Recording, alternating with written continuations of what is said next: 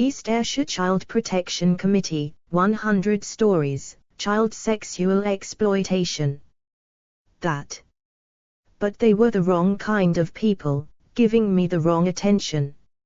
It should have been my school, social workers and my family should have known a bit more about what I was up to. Social workers came but they made me feel more vulnerable, they approached me wrong. They were so formal with their clipboards, if they feel you are at risk they can remove you. Then when I needed them they weren't there. I was too young then to understand what was going to happen. When I got pregnant I moved away and that's when it stopped. East Ayrshire Child Protection Committee, 100 Stories, Child Sexual Exploitation. Jess was the envy of all the girls at school. None of the other 14-year-olds in her year had a 30-year-old boyfriend that met them at the school gates in a flash car. They didn't get presents of perfume and clothes. None of them had gone all the way with a boy, let alone a man. Because Chris told Jess that she drove him crazy, and that he loved her.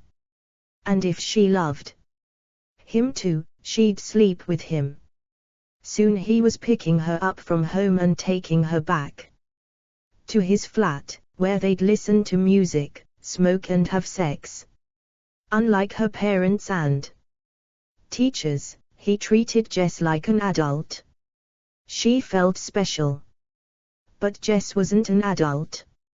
She was just a child. So when Chris started inviting his friends over and letting them touch her and have sex with her, she didn't know what to do. She was passed around a steady stream of strange men like a toy, and forced to do things no child should ever do. Soon it wasn't just happening in Chris's flat. Soon, he would pick her up in the morning and drive her to flats all over the country, where she'd be forced to have sex with men as old as 65. Men on drugs, who hurt her. Men who got more excited if she struggled and cried. She knew it was wrong. And she tried to make it stop. But if she told him she didn't want to, or threatened to break contact with him, Chris hit her sometimes to the point where she ended up in A&E. But Chris was clever. He always went with her, and never left her side. Jess never got the chance to tell the nursing staff. And worse than hurting her, he told her he'd hurt her parents too, show them the vile videos he'd recorded of her. He threatened to take her little sister away where they'd never find her, and let his friends enjoy her too. East Ayrshire Child Protection Committee, 100 Stories, Child Sexual Exploitation. East Ayrshire Child Protection Committee, 100 Stories, Child Sexual Exploitation. Greg. At the age of 12, Greg entered into a relationship with a 26-year-old male, who initially told him he was 18. He first developed this relationship online and met in person after 2 weeks. The man made him feel like he was in an intimate relationship and he listened to him and agreed with him when he told him how unfair his life was. Greg started being introduced to other adults by the man. He felt like these men were the only people he had. He felt that they liked him for being himself. But then he was told to go to places and have sex with men, and train tickets and cabs were paid for him to get to the locations. The abuse he experienced became more severe and sadistic, and he was put into very risky situations. Eventually Greg was referred to Bernardo's, who worked with him to help him to understand the reality of his abuse and how he had been groomed and taken advantage of.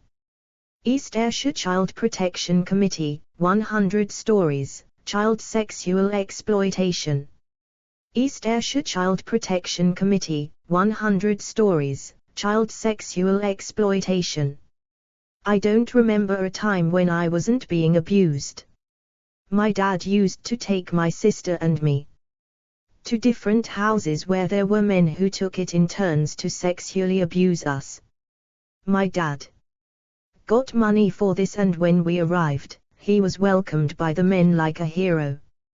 I used to think he must be really important. It was only years later I realized that it was because he was brining me and my sister.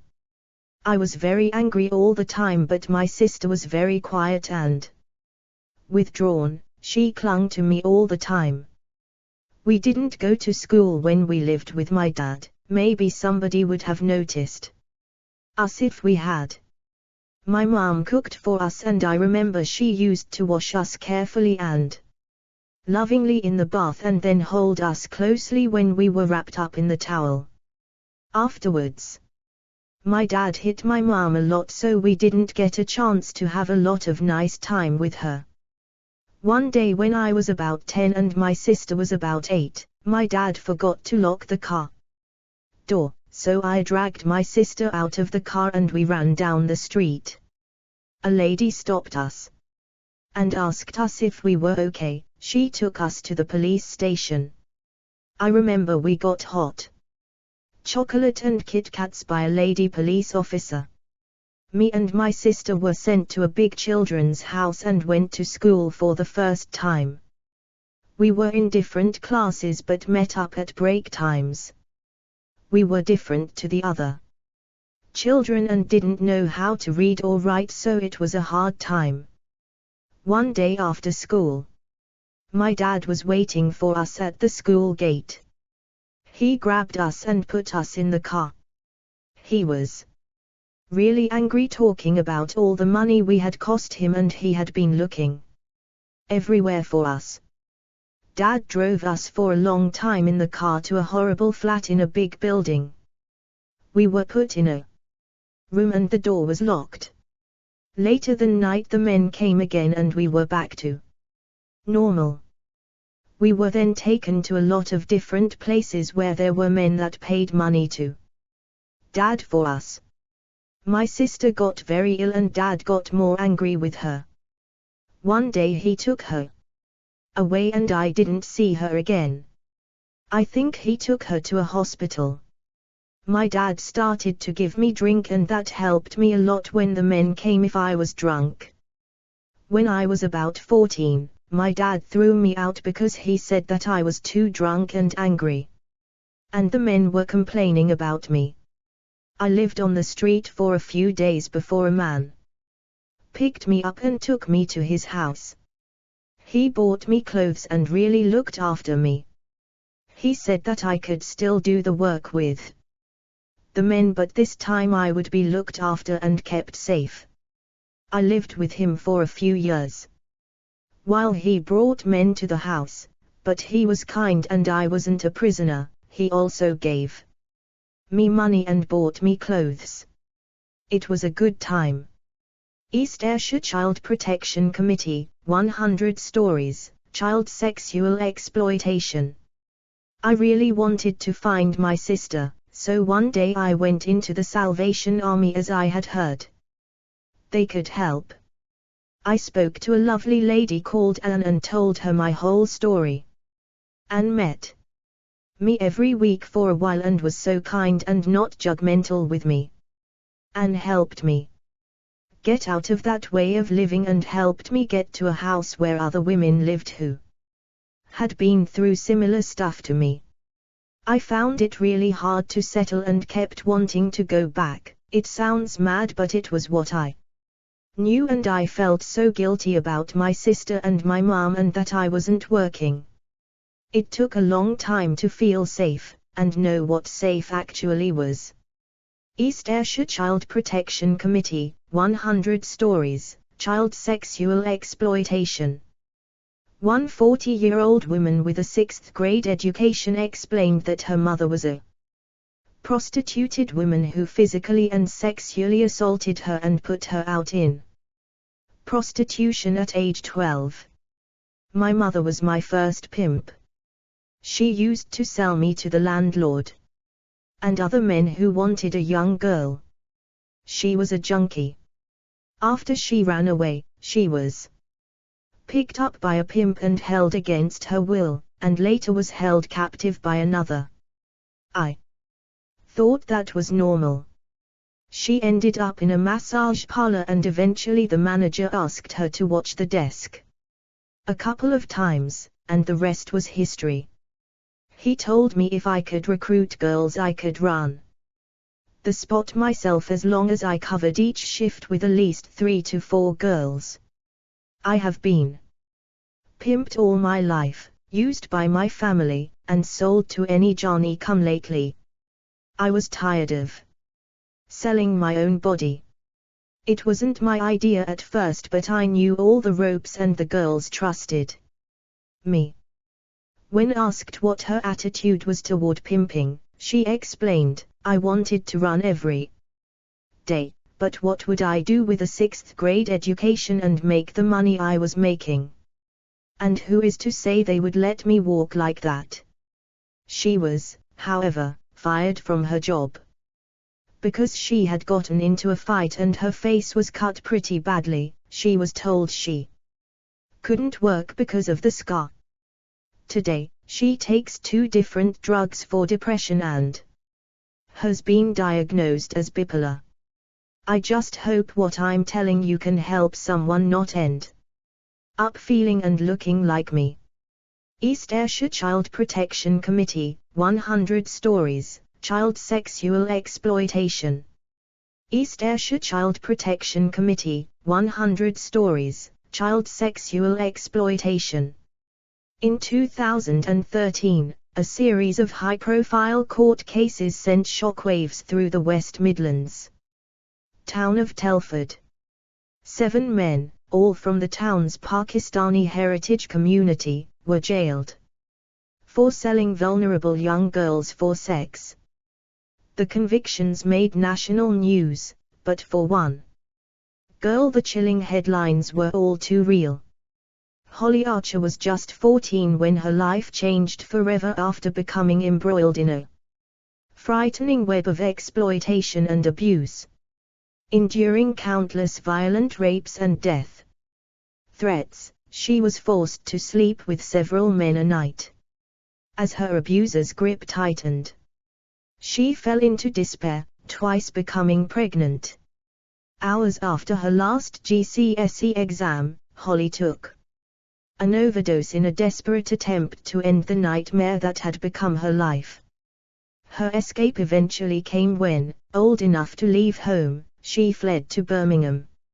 She moved house every 6 months, fearing her abusers would hunt her down.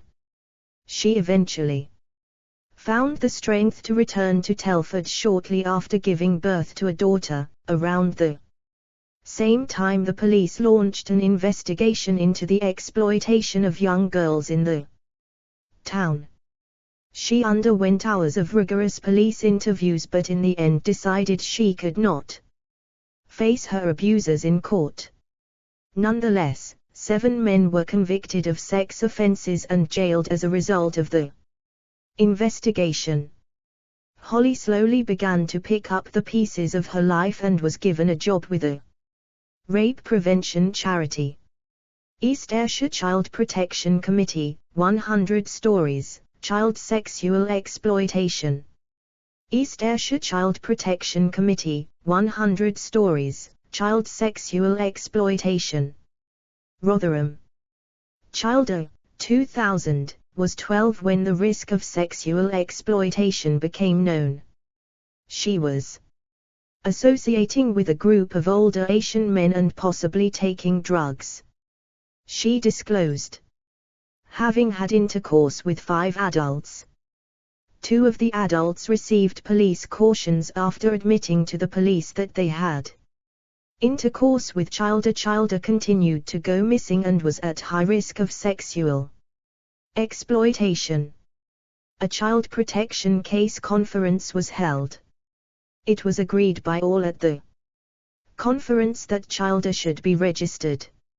However, the CSE representative argued against the category of sexual abuse being used because he thought that child had been 100% consensual in every incident. This was overruled, with all others at the case conference demonstrating a clear understanding that this was a crime and a young child was not capable of consenting to the abuse she had suffered. She was supported appropriately once she was placed on the Child Protection Register. East Ayrshire Child Protection Committee, 100 Stories, Child Sexual Exploitation. East Ayrshire Child Protection Committee, 100 Stories, Child Sexual Exploitation. Rotherham.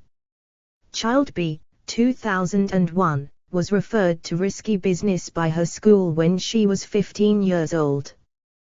By that time, she had been groomed by an older man involved in the exploitation of other children.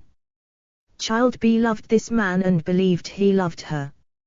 He trafficked her to Leeds, Bradford and Sheffield and offered to provide her with a flat in one of those cities. A child protection referral was made, but the social care case file recorded no response to this. The case was discussed at regular Key Players 3-9 meetings. No records of these meetings have survived. Within just a few months, Child B and her family were living in fear of their lives. The windows in their house were put in. She and her family received threats that she would be forced into prostitution.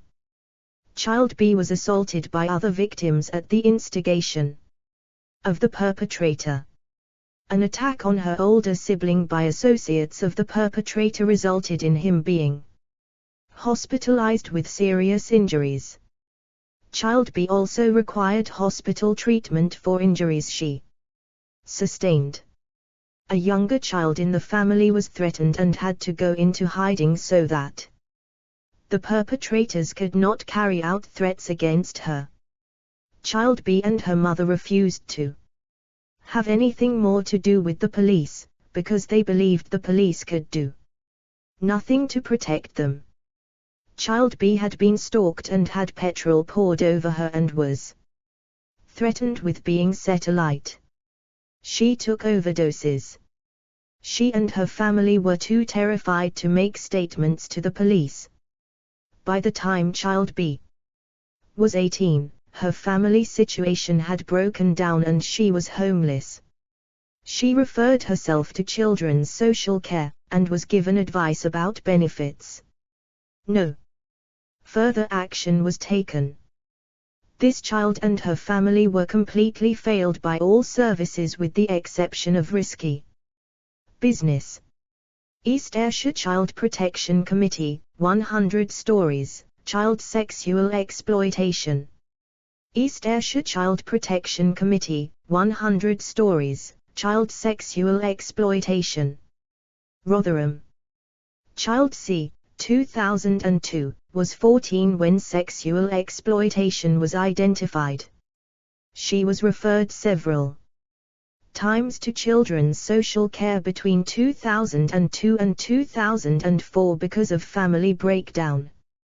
She was described as being out of control. Her mother voiced her concerns about Child C being sexually active, going missing and repeated incidents of severe intoxication when she had been plied with drink by older males. Several initial assessments were carried out and some family support was offered. The case was then closed. The social worker's assessment was that Child C's mother was not able to accept her growing up.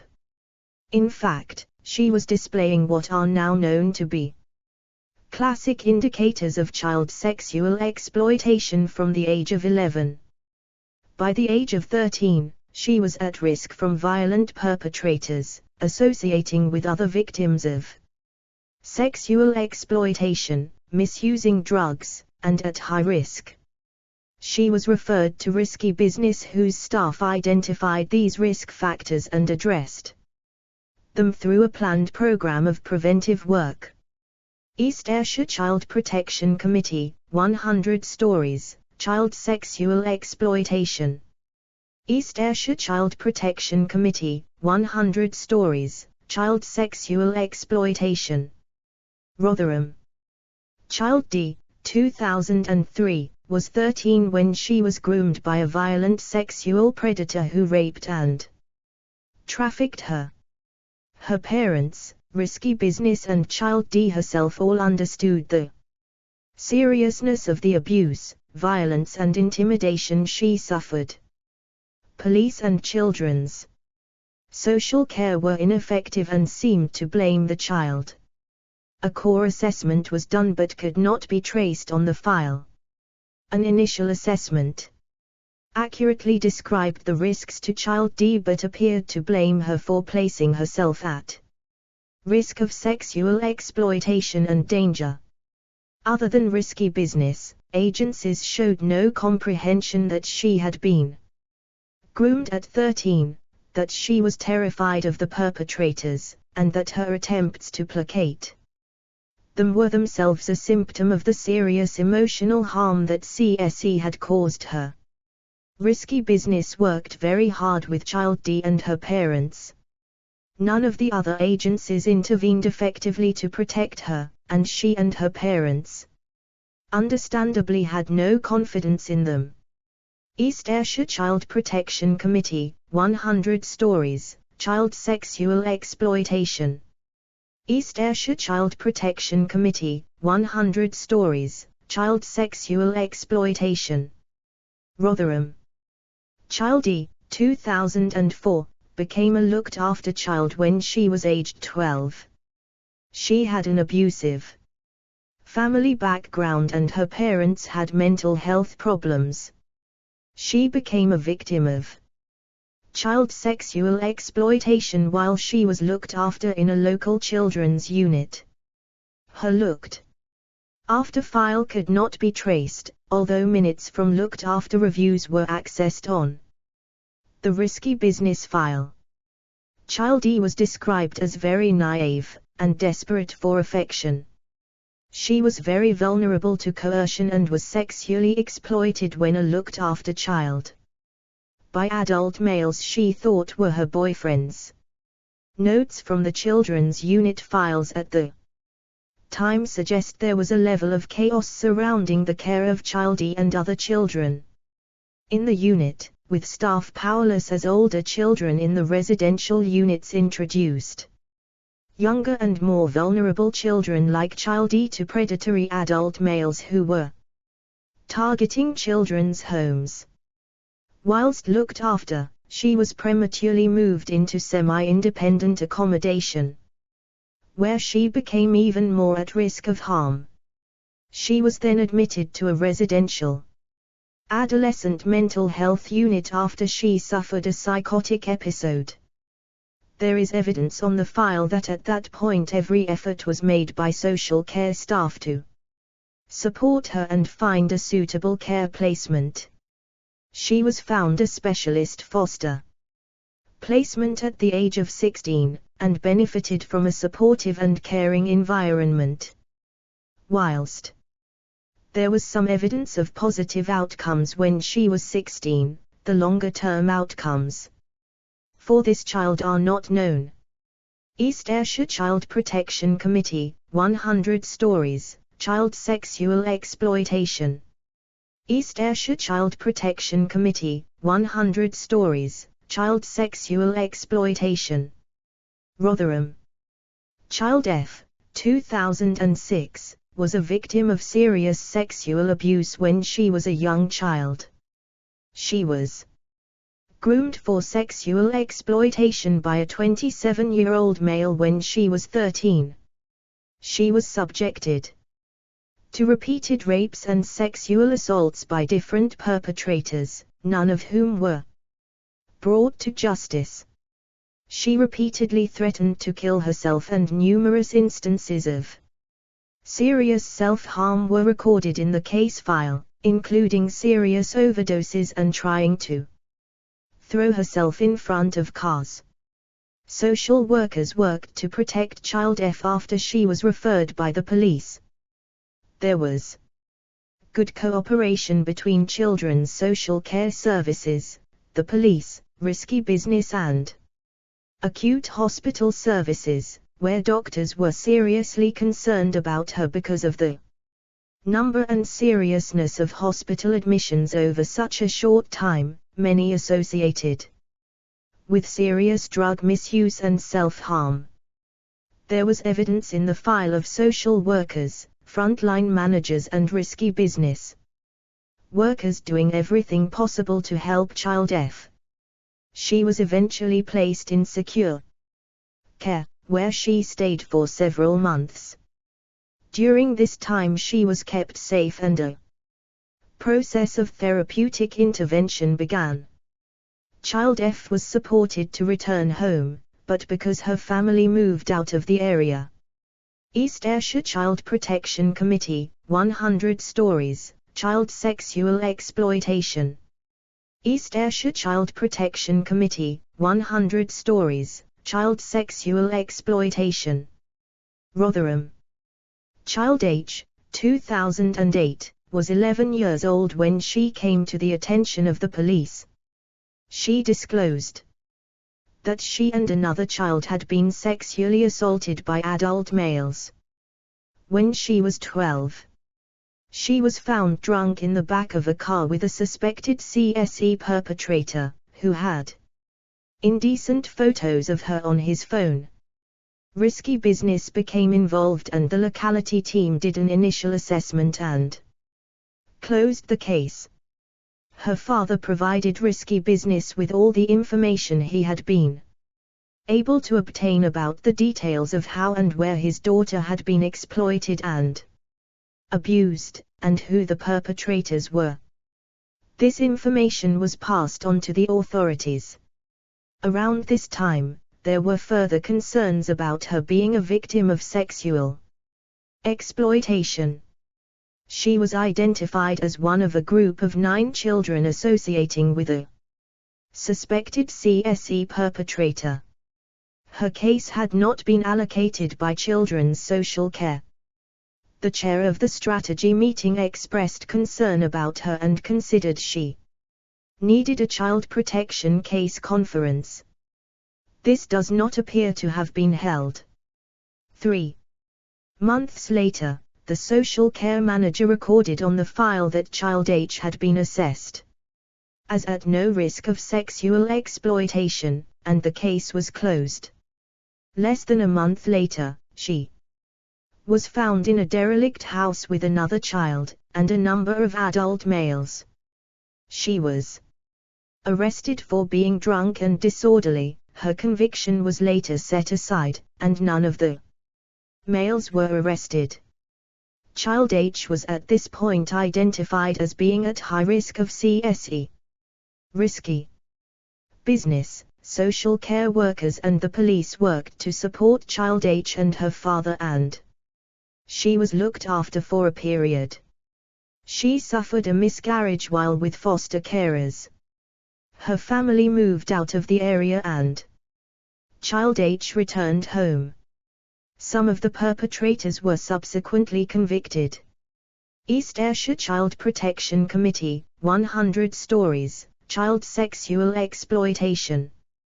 East Ayrshire Child Protection Committee, 100 Stories, Child Sexual Exploitation. Rotherham. Child I, 2009, was 11 years old when she was raped and sexually assaulted. Her attacker was convicted. Her older sister was a victim of CSE. Child I regularly went missing and was subjected to rape and sexual assaults by older males. She became a looked-after child because of concerns for her safety. She was further abused and exploited while she was looked after. She was placed out of area and repeatedly went missing, trying to get back to Rotherham. This made her even more vulnerable and she was repeatedly abused. She suffered post-traumatic stress disorder, self-harmed and at times became suicidal. Child I continues to be supported, but despite the best efforts of children's social care services, the trauma she has suffered has resulted in lasting emotional and psychological damage. East Ayrshire Child Protection Committee, 100 Stories, Child Sexual Exploitation. East Ayrshire Child Protection Committee, 100 Stories, Child Sexual Exploitation. Rotherham. Child J, 2009, had a long history of neglect and child protection. She was 11 years old when she was identified as being at risk of sexual exploitation as well as sexual abuse within her family. Her older sister was a victim of sexual exploitation and the perpetrators were successfully prosecuted. Key information about Child J is missing from the electronic social care file. When she was 14 years old, it was suspected she was visiting the homes of adult male strangers and possibly coercing other children to accompany her. A strategy meeting chairperson clearly identified action that needed to be taken to protect Child J. There is no evidence on the file that appropriate action was taken. There was virtually nothing recorded on the file about the risks she faced, despite information being held elsewhere in children's social care that she was accompanying her older sister to high-risk situations where she was exposed to exploitation by adult males. East Ayrshire Child Protection Committee, 100 Stories, Child Sexual Exploitation. East Ayrshire Child Protection Committee, 100 Stories, Child Sexual Exploitation. Rotherham. Child K, 2011, was groomed by a known sex offender via Facebook when she was 13. Around that time, she required treatment at accident and emergency when she was taken there in an extremely intoxicated state. Since then, there has been a pattern of high-risk behavior, with Child K having older boyfriends who are vulnerable. She frequents known hotspots with other young people at risk.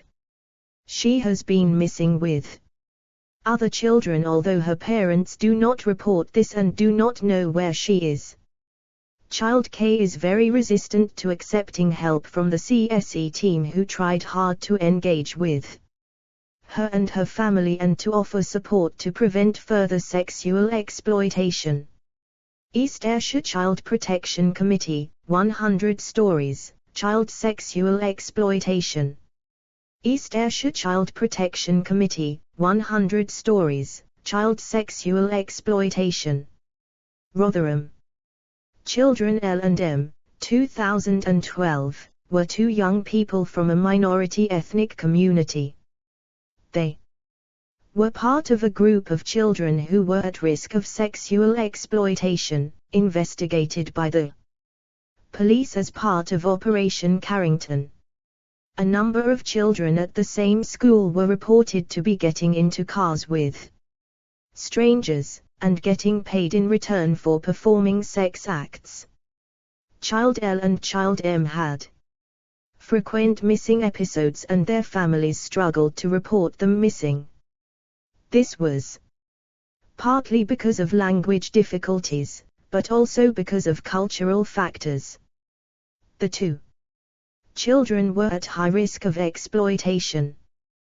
The CSE team worked hard to engage with these young people and their families, to communicate the risks of sexual exploitation and provide them with education through group work and on a one-to-one basis.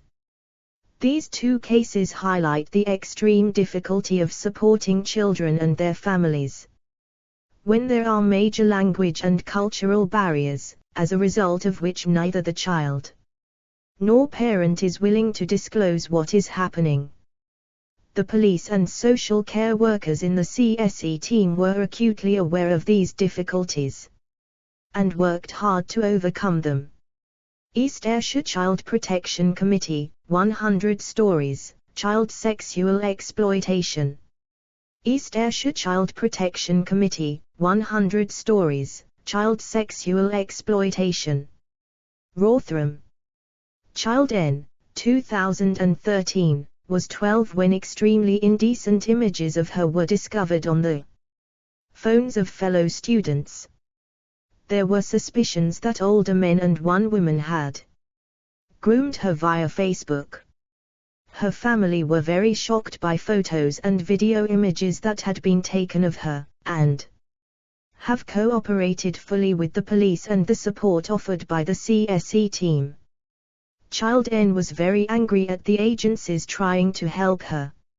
She showed no understanding of the risks of online contact with strangers and was not willing to disclose anything about those who have groomed and exploited her. East Ayrshire Child Protection Committee, 100 Stories, Child Sexual Exploitation.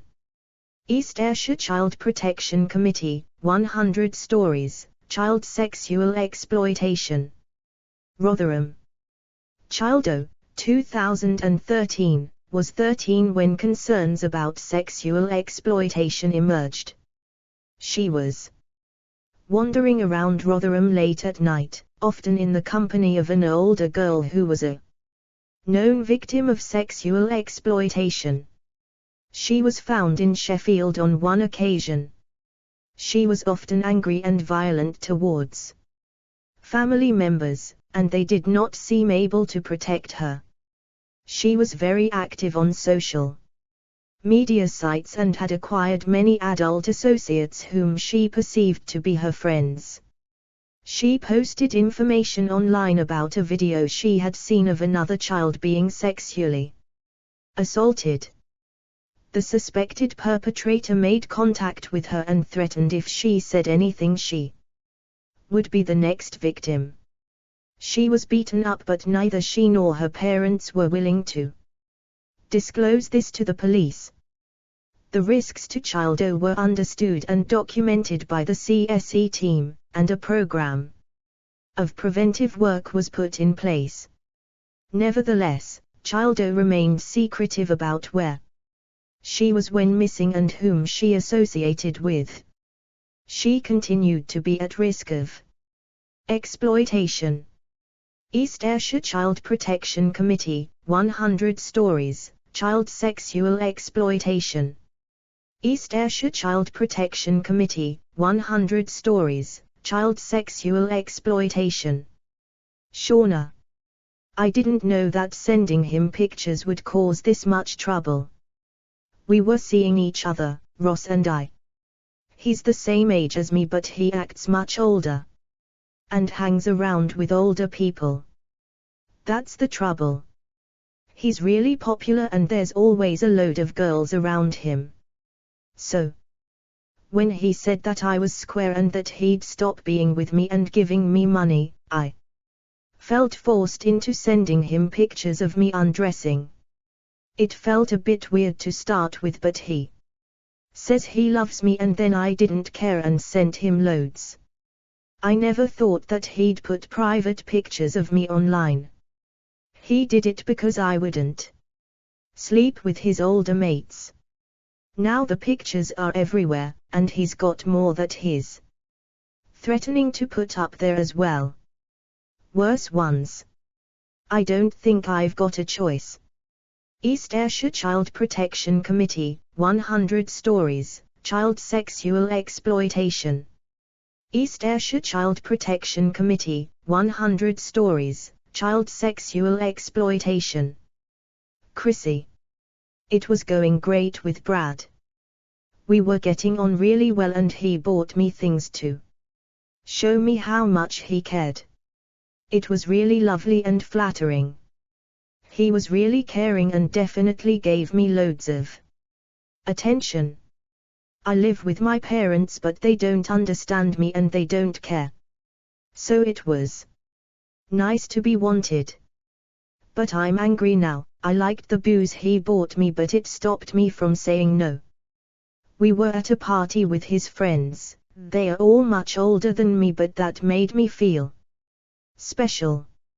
Everyone was drinking and I was really enjoying myself, but then the room started spinning and I felt really weird, out of control. They kept touching me and I couldn't get any words out. I didn't want to have sex, but I was too out of it to say no. And that's the last thing I can remember. I woke up in someone's garden, without my bra and knickers. I told my friend, who took me to the police. I can't believe that they raped me, but looking back they were being nice to me for months and months before. I feel such a fool. I don't trust anyone now. But I did help the police and they were really supportive. I don't think they'll be doing that to anyone else. East Ayrshire Child Protection Committee, 100 Stories, Child Sexual Exploitation. East Ayrshire Child Protection Committee, 100 Stories, Child Sexual Exploitation. A Parent's View, My Child with Down Syndrome, a Perpetrator's Dream. I now know that many people with learning disabilities have lots of so-called friends online. The trouble is that they tend to be more vulnerable online than others because they are very trusting and they just can't tell the difference between a real friend and someone who's trying to take advantage of them. But I found that out all too late for Jake. He was lovely. He has Down syndrome but always managed really well. He was so friendly and outgoing, and enjoyed everyone's company. That's all changed now. It started off with what I now know as mate crime. He went on Facebook and lots of people then tried to be his friend. He was getting so much attention that he was really pleased. But I just thought he was just having a good time playing games. It's all recently come out.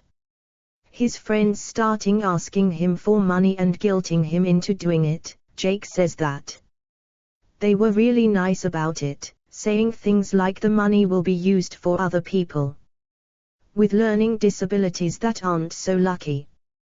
Then it got worse. I didn't know that this friend was coming round on the day he got his pocket money and insisting they go to the pub. He's only 15. Then sometimes they'd go out for an hour and Jake would pay them £20 petrol money for a 5-minute drive.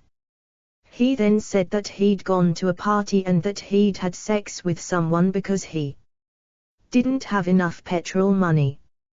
He said that he hadn't told me because we'd stopped them being together. I didn't really notice that he was losing a bit of weight and that he was a bit bruised, because he can be a bit clumsy. He was giving away his things towards the end. I was distraught. It was right under my nose and it all started online. We thought that this may be hate crime, so we spoke to the police. I wish the professionals that we work with every day knew a bit more about exploitation. I think they just didn't think it could happen to someone like Jake. I think that young people with learning disabilities are a perpetrator's dream. East Ayrshire Child Protection Committee, 100 Stories, Child Sexual Exploitation. East Ayrshire Child Protection Committee, 100 Stories, Child Sexual Exploitation. A Parent's View, It Can Happen Anywhere. We were devastated when we realized that our daughter had become a victim of sexual abuse when she was only meters away from the house, and we live in a really nice area. She was being groomed to be exploited and we just didn't see it. She was 14 when she started hanging outside the local shops at night with her friends. We thought nothing of it. At first, teenagers need their space and we always knew where she was. At the beginning, it was nothing more than chatting and fooling around with her mates, letting off a bit of steam after school. But she started staying out later and later, and coming home smelling of alcohol. She also changed in her attitude towards us. She used to respect our rules and boundaries in return for a bit of independence, but after a while she made it clear she thought she deserved more freedom and she'd make sure she got it whether we agreed or not. We got a call from her teacher at school, who was concerned about her poor attendance and general apathy while there. We'd had no idea her attitude towards her studies had changed, and we certainly didn't realize she'd been bunking off. She refused to talk to us about it, claiming we were interfering, and her behavior got worse and worse. It was a very stressful time. We didn't know what to do. One day we had a very tearful visit from her best friend. They'd fallen out. She told us that she and our daughter had been hanging out with a group of lads a few years older than they were, who had been buying them drinks and little gifts. At first it was just in return for company, but then they started to expect more. They introduced our daughter to drugs, and got her hooked. According to her friend, she got to the stage where she'd do anything to get high, and had started sexual relationships with several of the lads just so they would keep supplying her with drugs and drink. Her friend had refused to get so involved because she understood that this was not how healthy relationships should be, but our daughter hadn't been so lucky. She was more vulnerable in that way. She was being abused every night, and we'd had no idea it was going on. It was obvious then that she'd been targeted and groomed, and then felt that she had no choice but to be abused. But our daughter is still not in a good place. She has been mentally and physically damaged by this experience, and it was hard to convince her to let us help her. East Ayrshire Child Protection Committee, 100 Stories, Child Sexual Exploitation. East Ayrshire Child Protection Committee, 100 Stories, Child Sexual Exploitation. He buys me things and I like it, it's all normal, isn't it? My parents don't have much money, so it's great that my new boyfriend Steve buys me nice things. I've got a great phone and for once some decent clothes.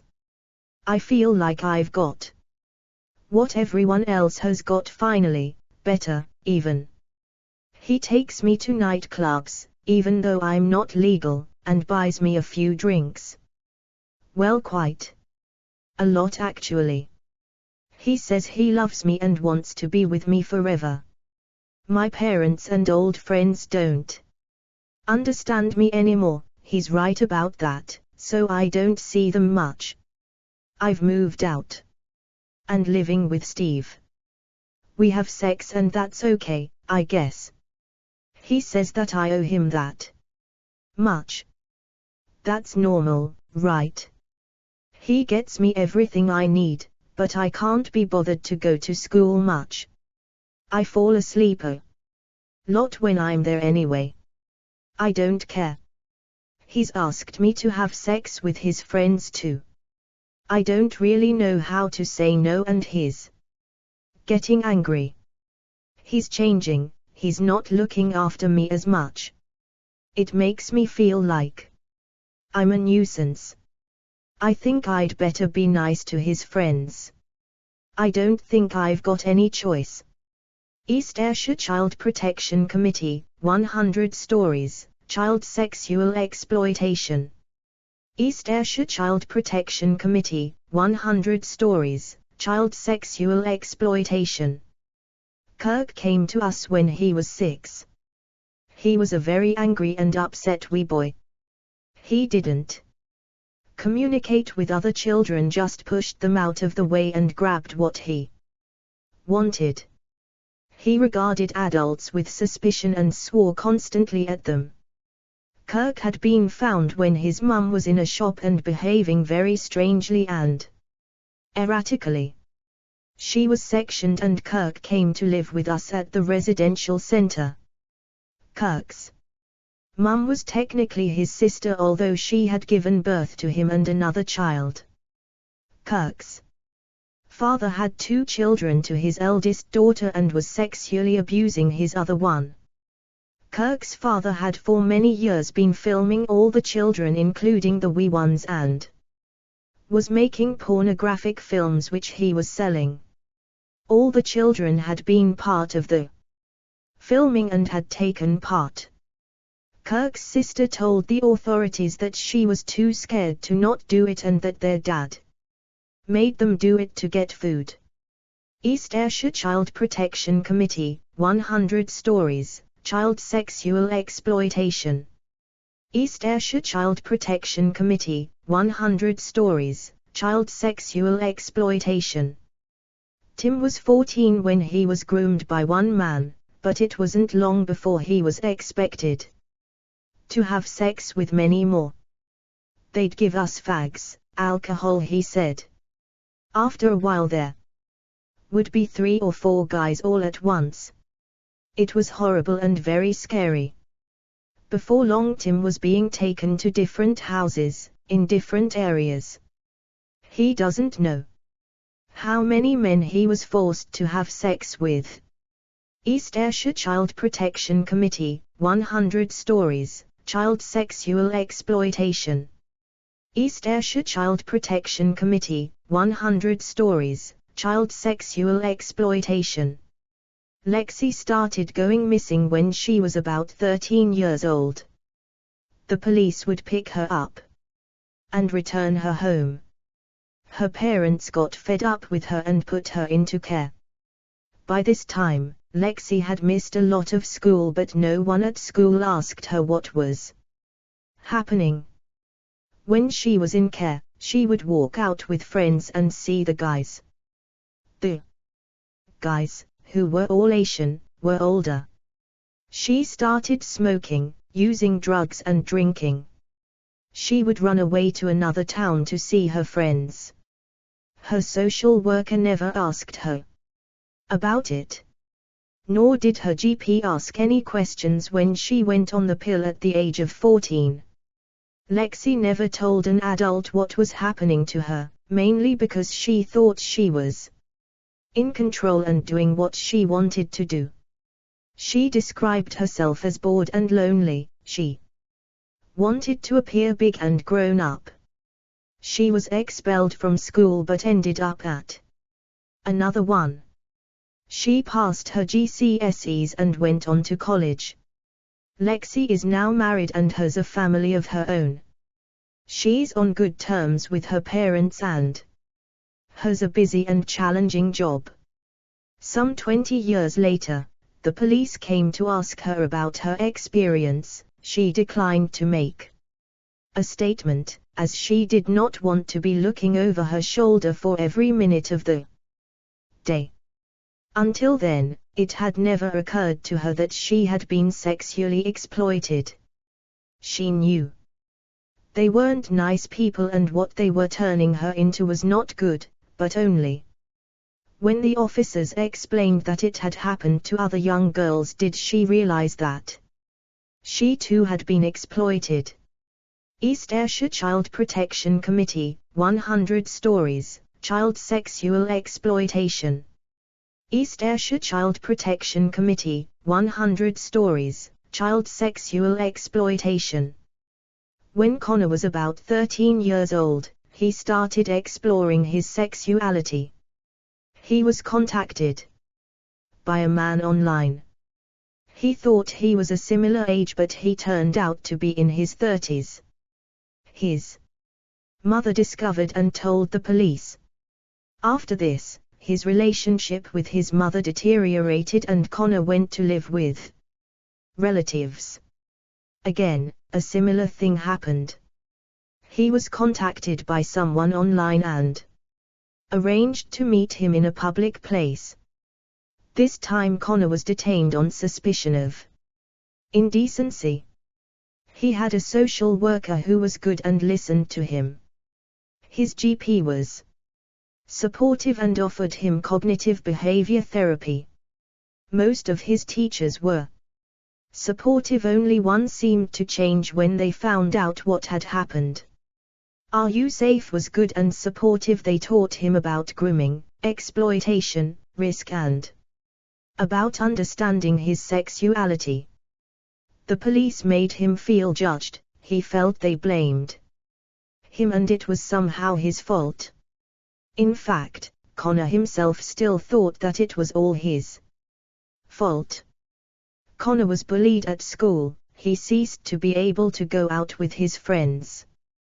He was always worried about what might happen or who he might meet.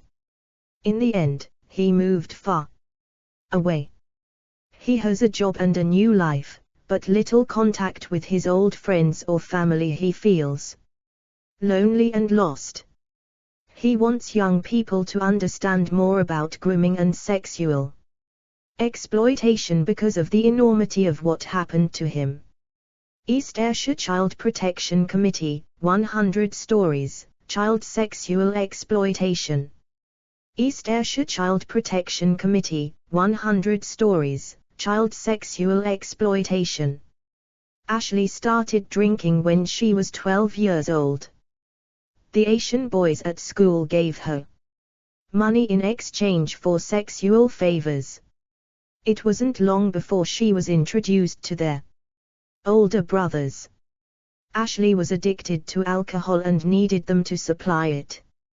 Ashley's mother had mental health problems and as long as Ashley said when she would be home, her mother didn't worry even if Ashley returned in the early hours. The school referred her to children's social care, but having interviewed her mother, they decided the house was clean and safe, so took no further action. She was seen by a social worker at school who told her to stay in school, get educated and behave. Then a friend reported what was happening to the police. The police said there was not enough evidence, and they took no action. She did go to a counseling service, weigh in, twice, but the counselor was so shocked by what Ashley described that Ashley felt ashamed and sorry for the counselor, so she did not go back. School became a dangerous place for Ashley as she was targeted by lots of boys. Therefore, she left and went to the school at the Child and Adolescent Mental Health Services, CAMS. They referred her on to Are You Safe and Addiction. She felt well supported by Are You Safe and continues to see her worker even though she is over 18. Ashley has not had a drink for 3 years, she has a child, a safe place to live and is doing a degree. Her life turned around when she stopped drinking. However, she wanted the review to understand young people with addictions. When I wanted to drink a bottle of vodka, I needed someone to talk me down. East Ayrshire Child Protection Committee, 100 Stories, Child Sexual Exploitation. East Ayrshire Child Protection Committee, 100 Stories, Child Sexual Exploitation. Samantha.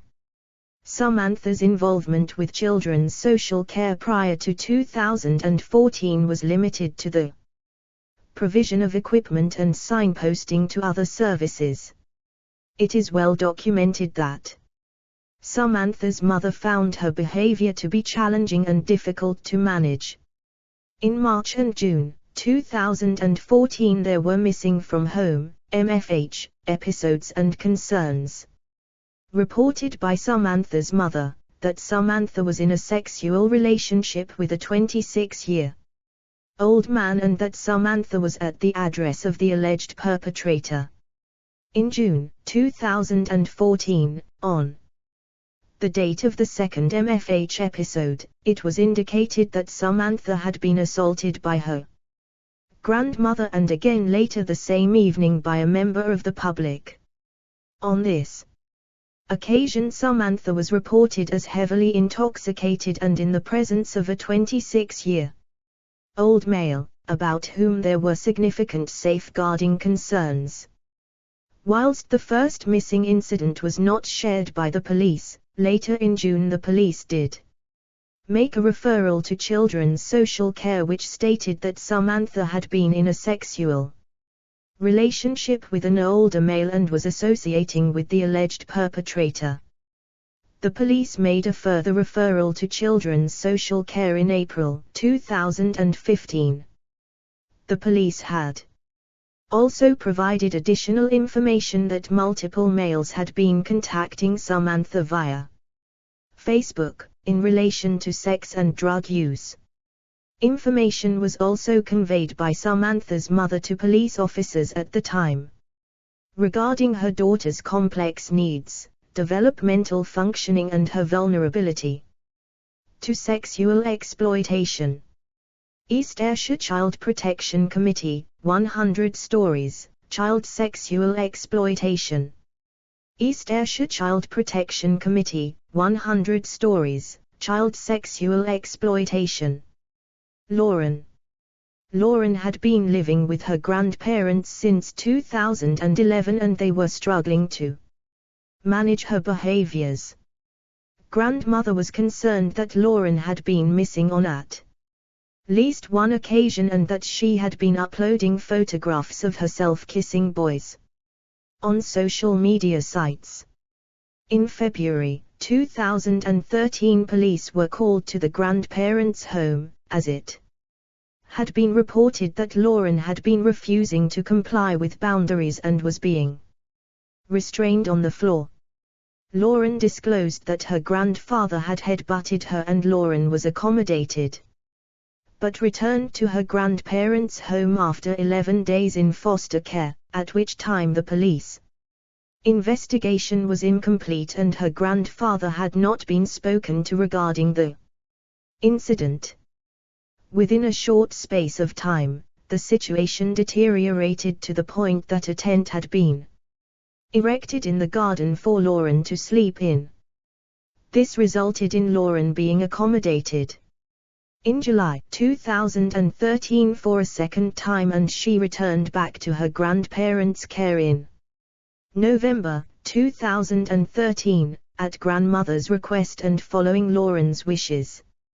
East Ayrshire Child Protection Committee, 100 Stories, Child Sexual Exploitation. East Ayrshire Child Protection Committee, 100 Stories, Child Sexual Exploitation. Michael. The physical and sexual abuse, Michael says, began at the hands of his sister when he was aged between 3 and 4 and continued later when a boyfriend of his mother allegedly seriously sexually assaulted him.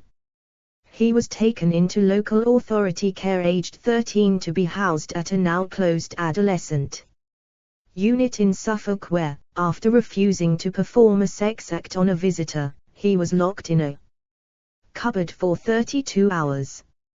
On finally being released, he was sexually assaulted.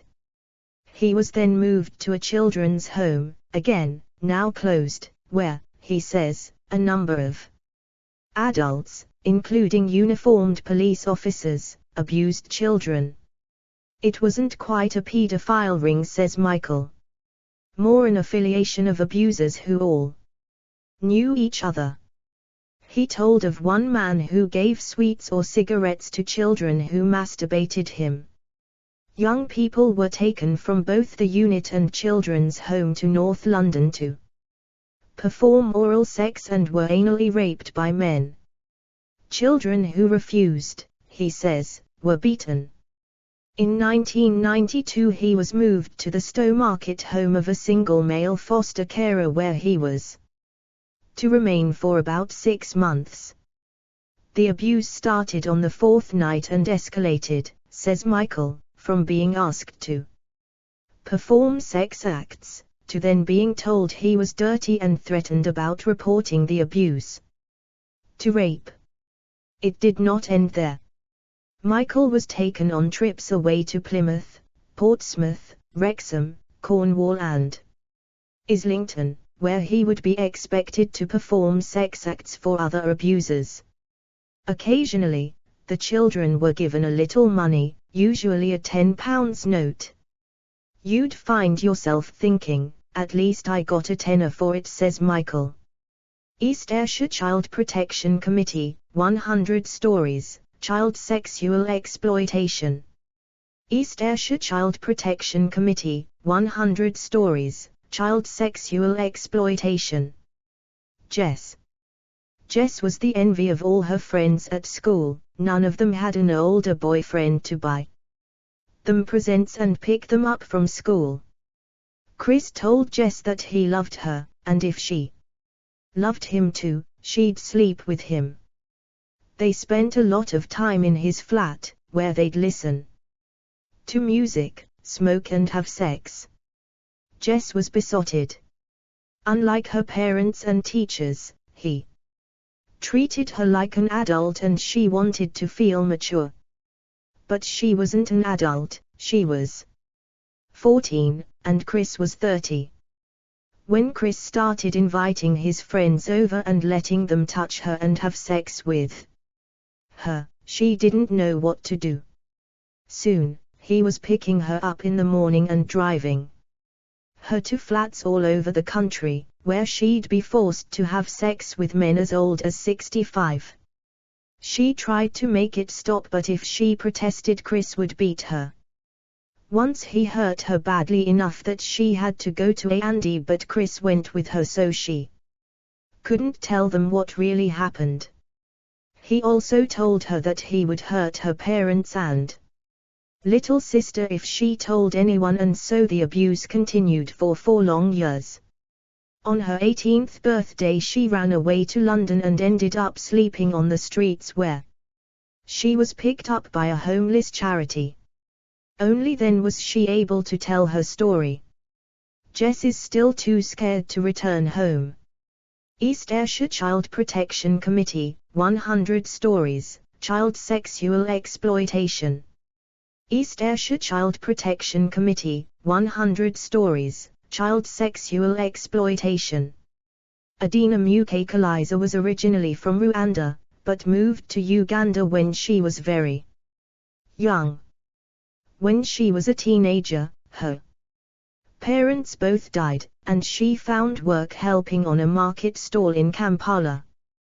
One day, when Adina was nearly 15 years old, the woman who ran the stall told her to go with 2 men who were going to take her to live abroad, where she would be safe and could go to school. Adina was put on a plane to the UK.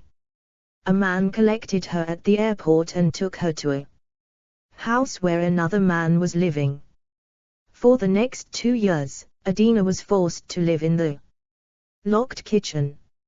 She had access only to a toilet and a basin where she could wash. If she climbed on a chair, she could just see into the garden.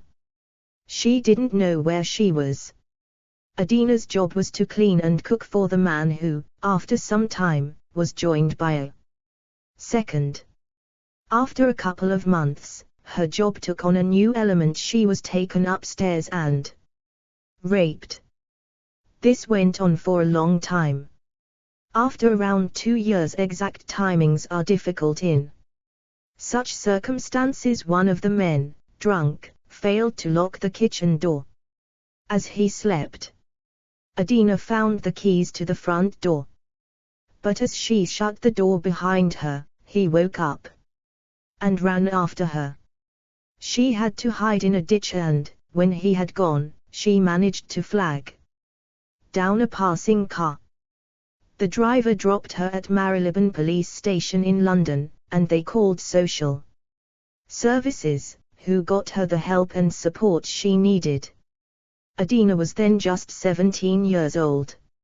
East Ayrshire Child Protection Committee, 100 stories, child sexual exploitation.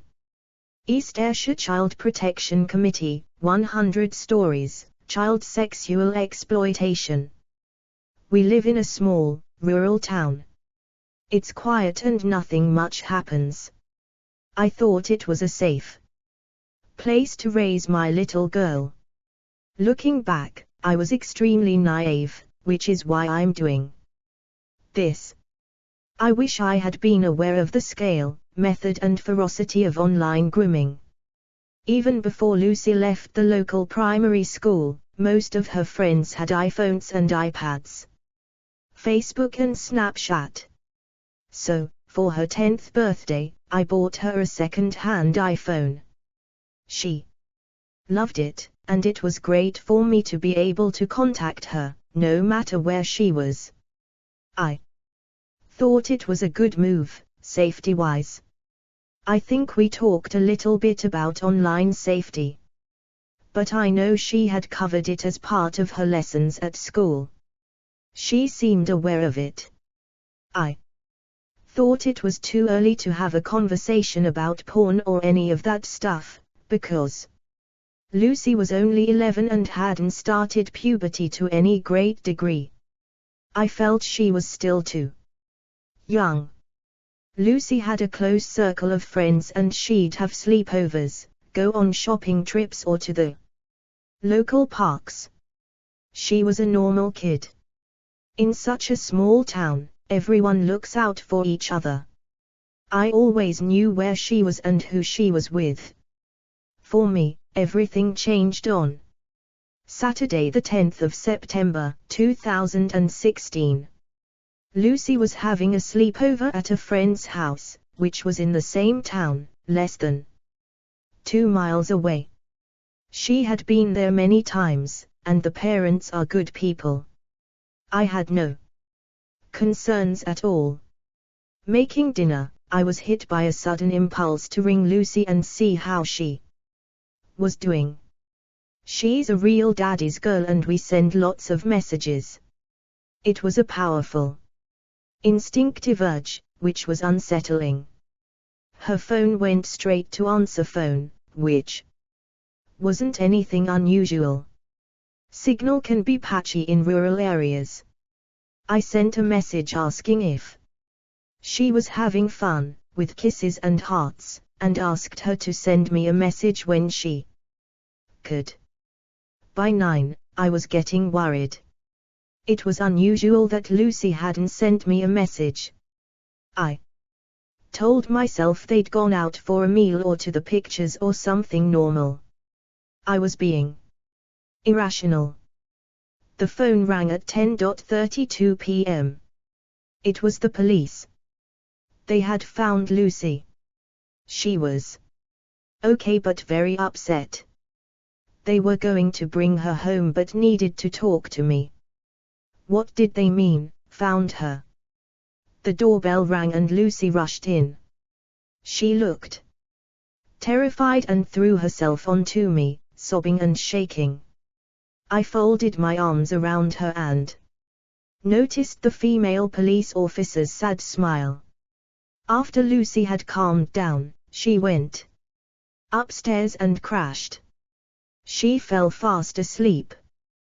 The police officer told me what had happened. Lucy and her friend, Kathy, were abducted by a man, M, and an accomplice. We don't know exactly what happened yet, but there was a sexual element to this. Lucy managed to run away but got lost.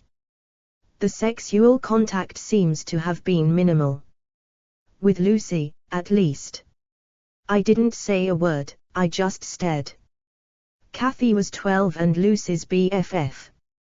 The police officer continued, there's something else. Has Lucy told you about the Snapchat messages? I shook my head. Reading the messages that night was terrible. They started off light and vague, but it didn't take long for me to see what was happening. The police officer told me that M wasn't a child. He was an adult, was known to police. And it was called grooming. Lucy hadn't been in contact for long, but Kathy had been groomed for much, much longer. Kathy had given Lucy's Snapchat username to M, and told her that this really hot guy was into her, that she should accept his friend request and talk to him. M lives 2 miles outside our town. I'm not going to tell you his name and address. East Ayrshire Child Protection Committee, 100 Stories, Child Sexual Exploitation. Lucy and Kathy had gone to the local park to meet him. He talked them into going somewhere secret, an abandoned gasworks, where he tried to sexually abuse them. Lucy fought him off and started running. It was very dark, she didn't know where she was. And her phone had no signal. She saw some lights in the distance, so ran towards them. Miraculously, a police car had been driving by and spotted her near the edge of the road. 2 days later, we were visited by specially trained CSE officers, and a woman from social services. I cooperated fully with everyone, and let Lucy give a statement. I also agreed to give the police Lucy's phone and iPad, so they could go through them and retrieve any evidence. Over the next 6 months, Lucy was interviewed 7 times. Not just about the abduction, but other events and abuses that she had witnessed. At first, it was hard to convince Lucy to tell the truth. Not because she's dishonest, but because she had been groomed. Everyone, myself included, became the enemy. She wanted to protect both Kathy and Em. He's nice, Dad. He's not done anything wrong. I don't know where I found the patience to reason with her. My instinct was to shake her and scream, "Don't be so stupid. He wants to hurt you," but she was 11, had been groomed, and couldn't see that. East Ayrshire Child Protection Committee, 100 Stories, Child Sexual Exploitation. Elizabeth Corey. My childhood was not a childhood, it was a sad tale of sex trafficking. In my family, men had sex with little girls. It was our normal. It was our culture, and it was generational. My parents grew up with it. Their parents grew up with it. Most of the victims in our family didn't even remember it because the trauma caused memory loss. We were a family of traumatized individuals who were doing whatever it took to survive, usually at the expense of the others. The extreme abuse in our family might seem easily discernible to outsiders. In our case, it wasn't. We were a typical suburban family. We lived in a 4-bedroom house as a middle-class family with a mother, father and 2 children. We had plenty of social circles. The parents worked. The children attended school and after-school activities. We didn't move around all the time. We didn't request government or social services that may have shined a light on our family dysfunction. Nobody suspected anything. We just seemed like a normal family. My parents, uncles and grandparents started sexually abusing me when I was 2 years old. This was necessary to break me. I was indoctrinated into a way of life. I was brainwashed. But there was a problem. As I got older, they realized I was a talker. They had not successfully broken me. I was actually telling people the good news for them. Nobody believed me. Or if they did, they didn't do enough to help me. I was visited by social services a few times. My father even had to threaten a few people to shut them up. But in the end, my family maintained the secrecy and control. My talking and fighting back led to some additional abuse. My father became physically abusive with me. I was suffocated, physically assaulted, abandoned, strangled, starved, and hit many times in the head. I went to the hospital on multiple occasions. I am not sure how my father talked his way through those visits. But he did. My mother handled the emotional abuse.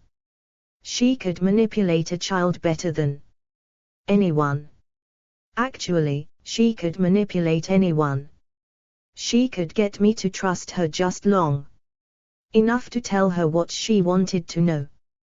She ensured that I knew how worthless I was. She told me all the time, in many ways. My father didn't stop with the incest. He realized that there was money to be made. And he never passed up an opportunity to make money. So he sold me to his friends. He traded me for his friends' daughters. He sold me to groups of men who were having bachelor parties. He sold me to gangs. And he sold me to a pimp. I would spend my Saturdays working for a pimp right outside the Quantico Marine Base. Most of my customers were men in uniform. East Ayrshire Child Protection Committee, 100 Stories, Child Sexual Exploitation. By the age of 9, I was fully indoctrinated. I had given up. I remember the moment when I realized there was no hope of being saved from this terrible life. In that moment, I made a conscious choice to forget. Not only did I forget my abusive past, but I forgot every abusive event in the coming years. I could forget almost instantaneously. It is a powerful defense mechanism. It is a common reaction to trauma. I was severely traumatized, and it manifested as intense anxiety. Although my abuse and trafficking stopped at adulthood, the effects did not. East Ayrshire Child Protection Committee, 100 Stories, Child Sexual Exploitation. Fern. I lived with my dad, who managed a theatre company. In the summer I went with them abroad for a production. I was 14. We stayed in a hotel for 6 weeks. My dad was very busy working all the time, so I was on my own a lot. 4 of the men from the orchestra were very friendly to me, one in particular was very nice. They bought me drinks and food a lot and were really nice to me. I hadn't had a boyfriend, so was a bit overwhelmed as well about it all. One night one of them took me back to his room to get something and then pushed me into going to bed with him. I didn't want to, but he was very persuasive and also kept reminding me that he had bought drinks and food for me over the last while and that I owed him basically. The next day the others obviously knew and then were different to me and touching me a lot. The first guy made it clear that if I didn't do what they wanted, then my dad would be told that I had taken alcohol from them and gifts and had slept with him. For the remainder of the time of the tour, the men had a hold over me and expected me to do what they wanted. I didn't know how to say no and didn't know how to get out of it, so just had to go with it. One of them told me later that there had been a bet among them all to see who could be first to get me into bed. They made me feel like it was my fault. East Ayrshire Child Protection Committee, 100 Stories, Child Sexual Exploitation. East Ayrshire Child Protection Committee, 100 Stories, Child Sexual Exploitation. My mum worked really hard for me and my sister, and she got a job working the night shift, which was more money. She was worried about leaving us, but we said we would be okay. A boy at my school said his mum worked with mine and did the night shift as well, so he could come round one night and keep me company as I would be on my own as well. I didn't really want him to, so I didn't say anything. One night, he turned up at my door with 2 other guys who weren't at school and much older. They said they had brought drink for a wee party. I said no and that my sister was here and my mum wouldn't like it. The guy from my school said it was fine and she wouldn't mind. They sat on the couch and turned the TV over. I sent my sister to her room. They had whiskey and gave me several drinks. After a couple it didn't seem so bad. The guy from my school came over and sat next to me and put his arm round me and kissed me, saying I was his girl now. When they left, he texted me and we chatted for ages. 2 nights later they all came back again. I was okay this time cause I was going out with one of them and really liked him. They had beer and whiskey this time and the combination of the 2 made me really drunk. One of the older guys came over and asked how I was going to pay them for the drink. I said I didn't have any money. He said money was not the only way to pay, and he made me give him a blowjob. The other 2, including my boyfriend, didn't do anything, but just kept drinking. I was so shocked. My boyfriend came over to me afterwards and put his arm around me again and said that his friends were my friends. I said that I was not comfortable with it all, but one of the older guys asked where my sister was. I was scared that they would do something to her.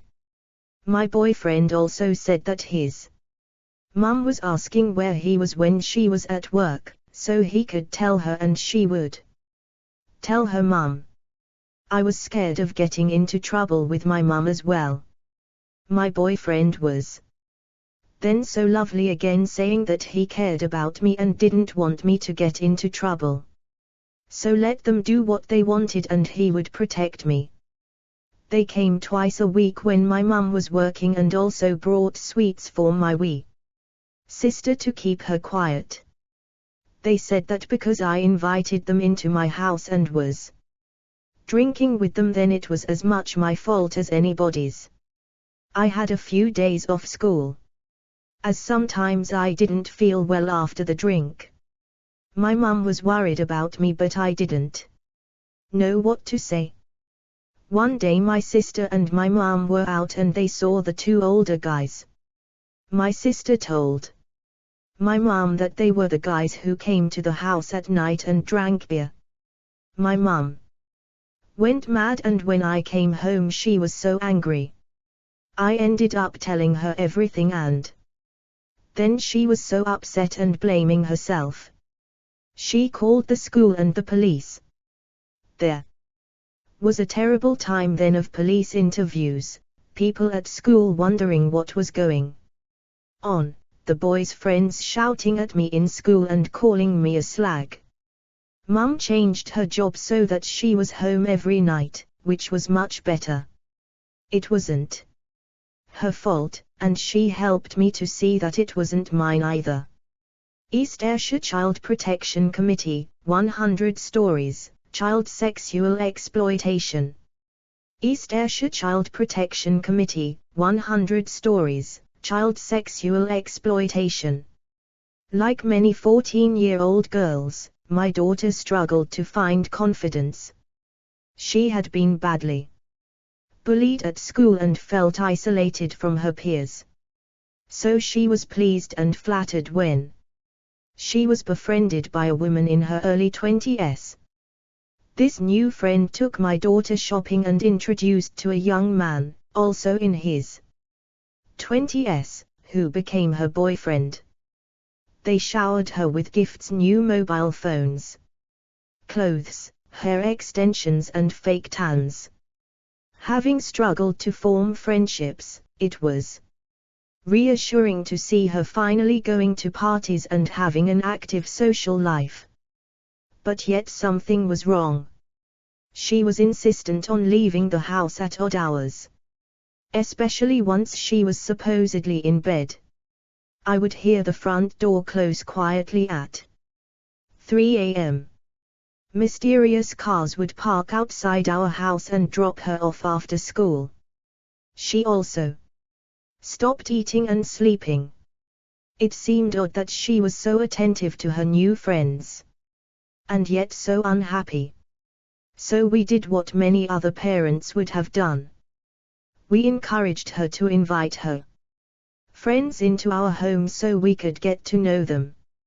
For about a year, I made cups of tea for the very young men who were sexually exploiting our daughter. I only learned about what was happening to my daughter through my involvement with a youth outreach project. The local police advised us that an exploitation ring was operating in the town and identified some of the main perpetrators.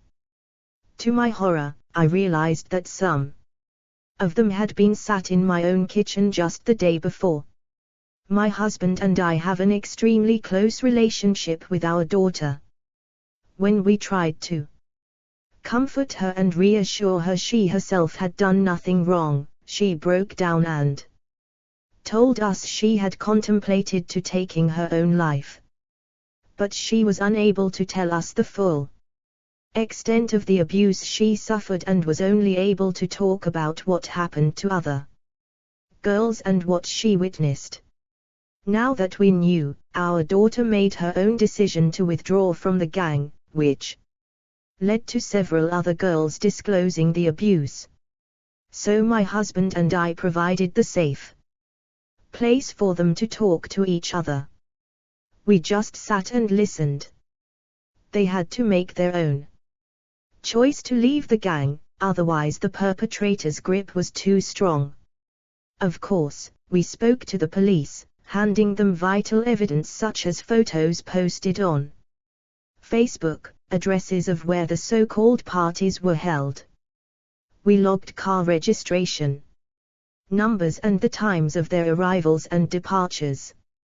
The gang knew we had spoken to the police and made it known to our family that they were not happy. There were more cars parked outside our house for days on end. I was followed and bumped into by strange men. Who could we turn to for protection and support? The gang seemed to operate with impunity. Local girls were still being exploited and they made it clear they thought they were above the law.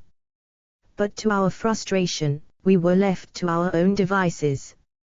There was no specialist CSE police division to turn to. Apart from one or two exceptional officers, we were on our own. East Ayrshire Child Protection Committee, 100 Stories, Child Sexual Exploitation. East Ayrshire Child Protection Committee, 100 Stories, Child Sexual Exploitation. It was a teenage girl who paved the way to my daughter's 2-year hell of sexual exploitation. I don't say that out of blame, she was as much a victim as my daughter was. But it shows how right from the beginning, grooming children for sex is insidious, cunning, and strategic. Stacy was a happy 13-year-old when she befriended Alicia. But the change happened almost overnight. She started wearing short dresses and makeup. She went from mummy's girl to angry teenager. I was accused of depriving her of money, iPhones and iPads. She was no longer interested in her old friends, only Alicia and her older boyfriend with his flashy car. Then out of the blue, Stacy went missing for 3 days. But when the police finally contacted her after my frantic calls, they made no effort to locate her because she told them she was safe and well.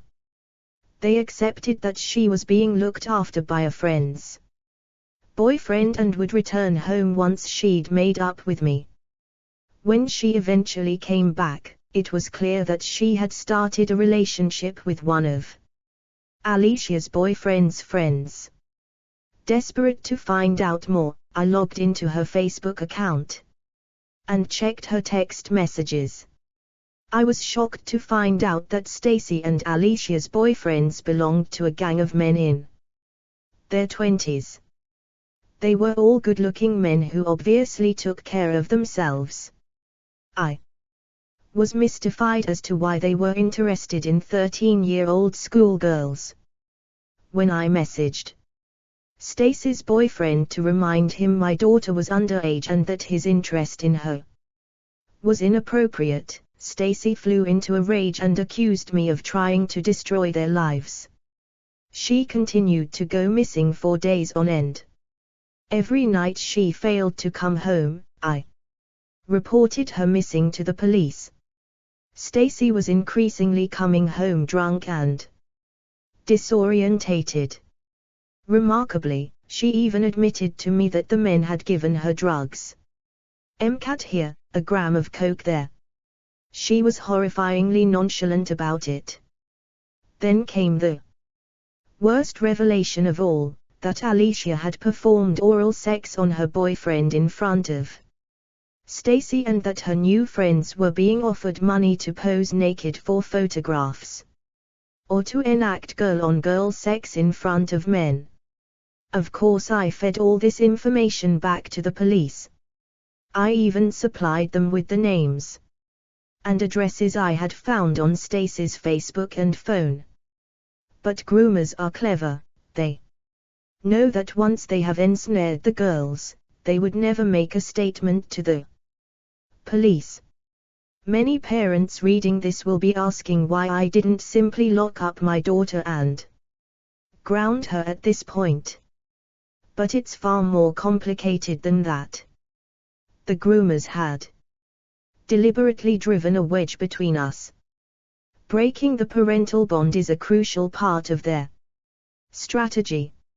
So if I came down heavy and punished her, I was simply being the evil, callous parent the groomers had portrayed me to be.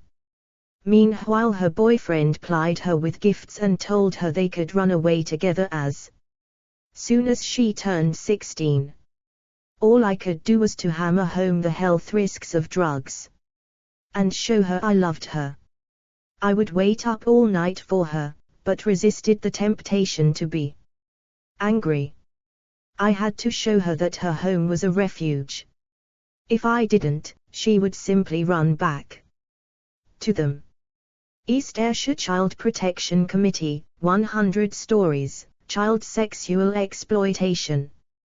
Then, a year and a half later, we hit a watershed moment. The men persuaded Stacy to bring my youngest daughter, Billy, to a party at one of their houses.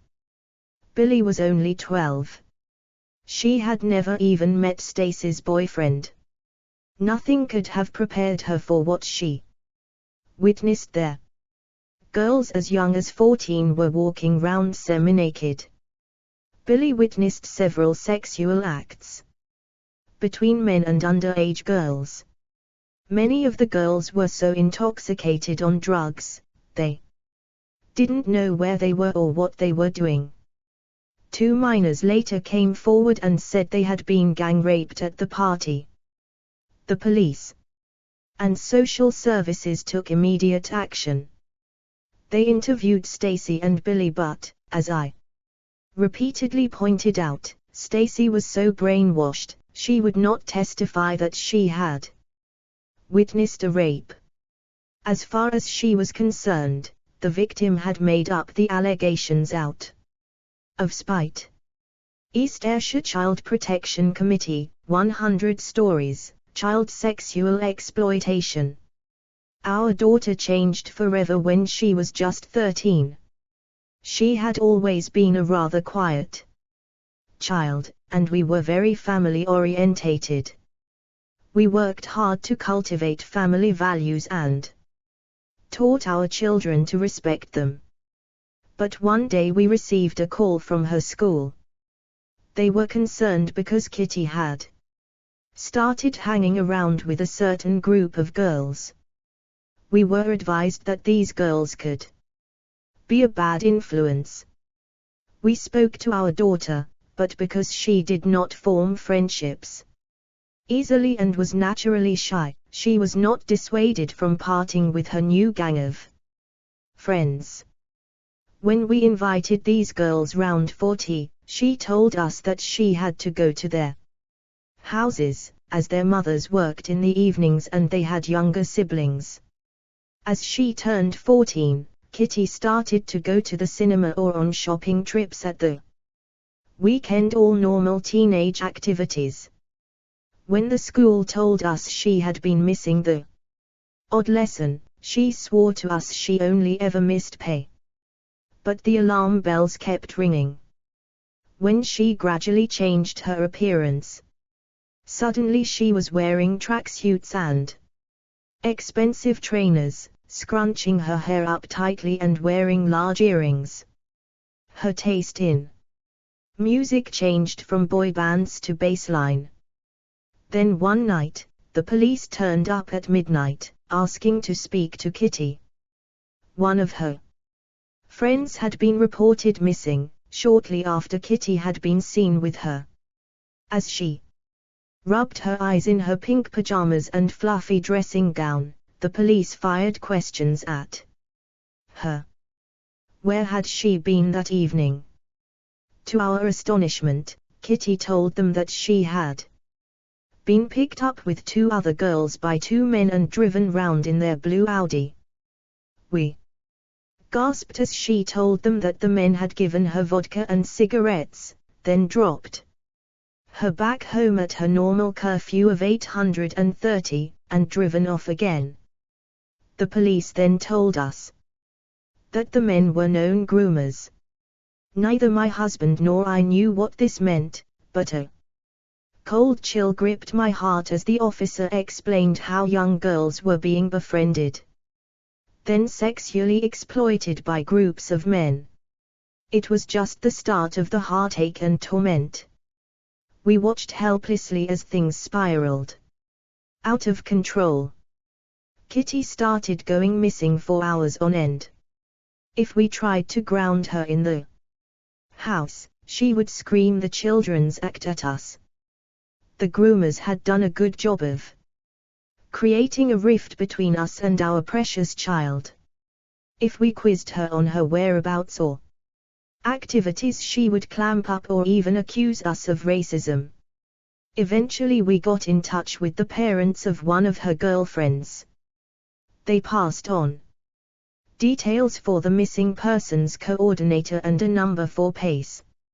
For the first time we realized we were not alone and we able to share our burden with people who understood. PACE workers listened to us, and we met other parents through parent support groups. Kitty became more and more distanced from us. We tried locking the doors and hiding the keys. Once, when she started scrambling out of a window, I even called the police and had her arrested. It was the hardest thing I have ever done in my life, but I was desperately trying to keep my daughter safe. The men had manipulated her so successfully that she only saw us as the enemy. We were getting very little sleep from driving round all night looking for our daughter. Sometimes she would ring and ask us to pick her up from a run-down part of our city, or even from another town. It was clear that the men were giving her drugs. As a practicing nurse, I recognized the dilated pupils and giddiness. East Ayrshire Child Protection Committee, 100 stories, child sexual exploitation. Then one night we reported her missing when she failed to return at 11 p.m. This time too, police officers came round and returned throughout the night, until she came back in at 5:30 a.m. She staggered in, obviously high on drugs, her neck covered in bruises and bites. One of the officers went through her phone, reading out vile texts from men. But she just stared into space.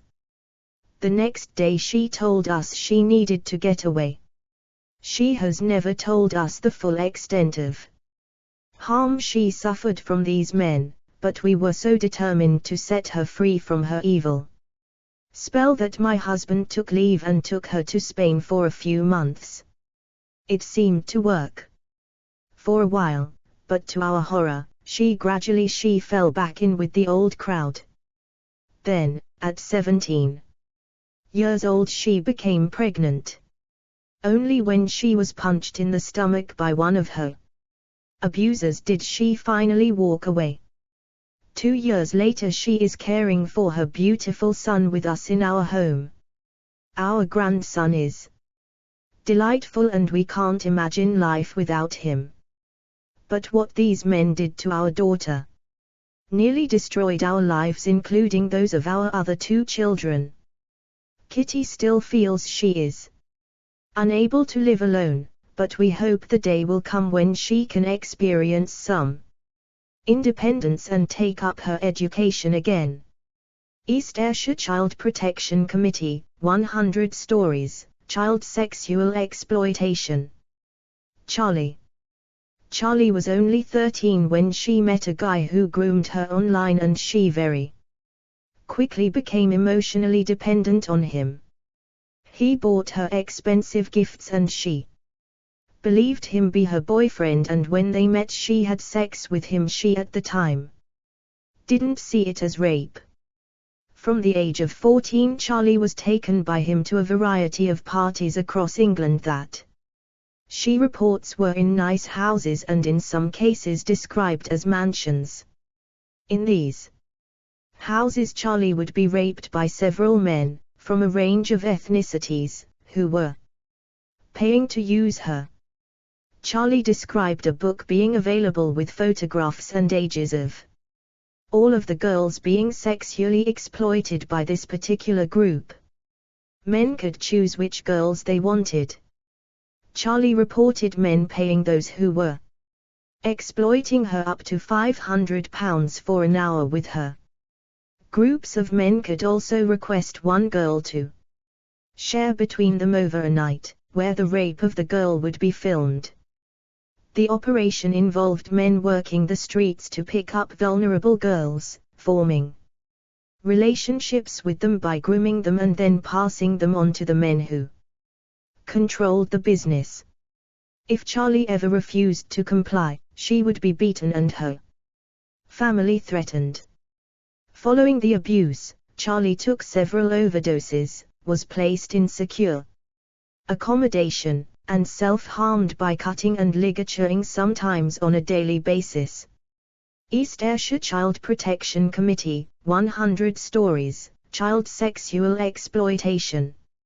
East Ayrshire Child Protection Committee, 100 Stories, Child Sexual Exploitation. Harry.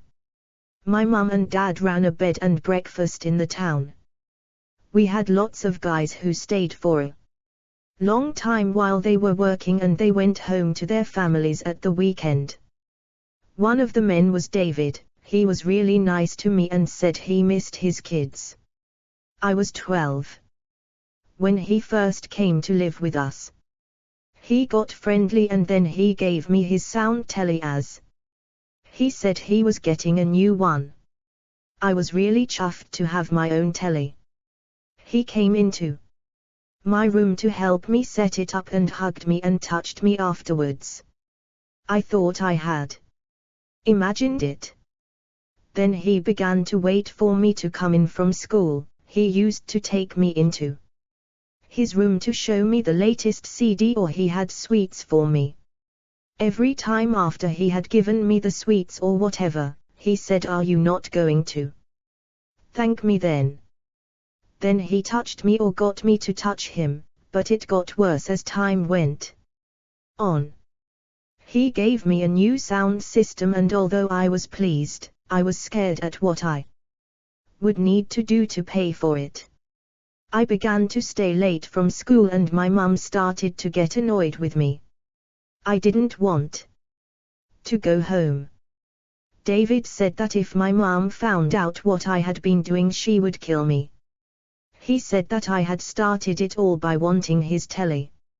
I said to him, "I like your telly, but I don't think I asked for it." East Ayrshire Child Protection Committee, 100 Stories, child sexual exploitation. East Ayrshire Child Protection Committee, 100 stories, child sexual exploitation. Neil. My dad left when I was a baby and my mum was a drinker, so I stayed with my gran and grandpa. Grandpa was a violent man who hit me and pushed me down the stairs when he was drunk. I got into trouble at school and with the police. It was felt that I was better to live in a residential center. From the minute I arrived age 9, I was abused, neglected, beaten and exploited. We had to march naked from our rooms to the bathroom every day and the staff would decide who they wanted that morning. If you were picked, then not only did you get abused but you also missed breakfast. The worst was at night when the staff would come and get you from your bed. They had their favorites. One guy was a real favorite. I don't know why, but he just cried all the time, a low pitiful noise, which got to all of us. Sometimes a group of us would be taken out to a house somewhere which would be full of men. We were abused all night, sometimes by 2 men at a time. They didn't talk to us, didn't even look at us, just pushed our heads onto them or bent us over by shoving us. They laughed and didn't see or hear if we were crying or hurting. Some of the boys got to go home at holidays for a time, and if they told what was going on, then nobody believed them because they came back again. We didn't talk about it, just got on with it and hated the staff with every part of me. East Ayrshire Child Protection Committee, 100 stories, child sexual exploitation. East Ayrshire Child Protection Committee, 100 stories, child sexual exploitation. Finn's story. Finn is 12 and he is a bit of a shy boy and has found it hard to make friends with the other boys at high school. However, he has an Xbox and is excellent at playing many games. Finn has met many friends through playing games online and he talks to them most nights while playing games. Finn finds it much easier to be friends online and this has helped his mum and dad to be less worried about him. They have met one boy, Ryan, who lives nearby as he has come to the house to play the Xbox with Finn. Within the group of boys, Finn also gets on really well with Sean. Sean has told Finn he is 13 and like Finn he finds it hard to make friends at school. Sean is a great laugh and Finn and Sean message each other out with the group chat. Sean and Finn have started a game of dares. Sean has dared Finn to take a photograph of his mum when she is not looking. Finn has dared Sean to take a photo of his big sister's pants on the washing line. Both boys find these dares really hilarious. One night Sean dares Finn to send a photo of his penis. Finn at first says no, but Sean teases him saying he's a chicken. Both boys find this really funny. Finn then sends a photo of his penis to Sean. Sean then tells Finn that if he doesn't meet him at the garage tomorrow night at 7 p.m., he will put the picture of Finn's penis online. Finn at first thinks Sean is kidding on, but Sean shows him a screenshot of the picture just needing one more click to be uploaded. Finn agrees to meet Sean. Sean is not 13, Sean is 53 and he continues to threaten to upload the photograph if Finn does not meet him and another man and have oral sex with them both. East Ayrshire Child Protection Committee, 100 stories, child sexual exploitation. East Ayrshire Child Protection Committee, 100 stories, child sexual exploitation. Jodie's story. Jodie is 14 and enjoyed spending time with her female friends at the bus station. The Young people would often drink alcohol if they could persuade an adult to buy it for them. One evening Jody and her friends approached Mikey to ask if he would buy alcohol. He agreed and let them sit in his car to drink it. Mikey is 25. Mikey gave the girls his phone number and said they could call him any time and he would get alcohol for them. Mikey also gave the girls a lift home sometimes, as he said he was worried that they were at risk from bad guys. This went on for a few weeks, and after Mikey had dropped Jody's two friends off one night, he gave Jody more alcohol and told her that he really liked her. He asked to meet Jody by herself the following night. He told her that she was much more grown up than her friends. Jody was really flattered that this older guy who had been really kind and had looked out for her and her friends was interested in her, so she agreed to meet him alone. Mikey took Jody for a burger and said he had vodka at his flat. He hadn't brought it with him as he thought it would be good to have a drink together at his flat and get to know each other better. Mikey took Jody home later that night. He suggested that they meet at his flat the next night, which Jody did. Again, Mikey had alcohol for Jody, but when it came to her time to go home, he asked her to stay over and they had sex. This continued for a few weeks. Jody started missing school to be with Mikey. She didn't see her friends as they were too immature, and she often didn't return home, telling her mom she was staying with friends. After a few weeks, Mikey introduced Jody to his friend Joe. Mikey told Jody that Joe was upset as he had fallen out with his girlfriend, and it would really make Mikey happy if she would help Joe feel better by sleeping with him. Within a few months Jody was being sexually exploited by Mikey and three of his friends. Jody was isolated from all her own friends and family and still believed that Mikey loved her, and if he hurt her it was her own fault. After all, this was the same guy who used to drive her and her friends home to keep her safe from the bad guys out there. East Ayrshire Child Protection Committee, 100 Stories, Child Sexual Exploitation. East Ayrshire Child Protection Committee, 100 Stories, Child Sexual Exploitation. Hayley. Hayley was known to have learning disabilities, although she attended the local school. Hayley tagged along with the group of girls and boys who hung out at the park most nights. These kids were out till late at night as parents were in the pubs or not at home. Hayley tagged behind them when they went from the chip ship to the park. In the summer, Hayley was sitting on the grass in the park. She had a skirt on which was too short for her, and she was showing off her pants as she was not careful about how she was sitting. One of the boys took a picture of her pants on his phone and sent it round the group.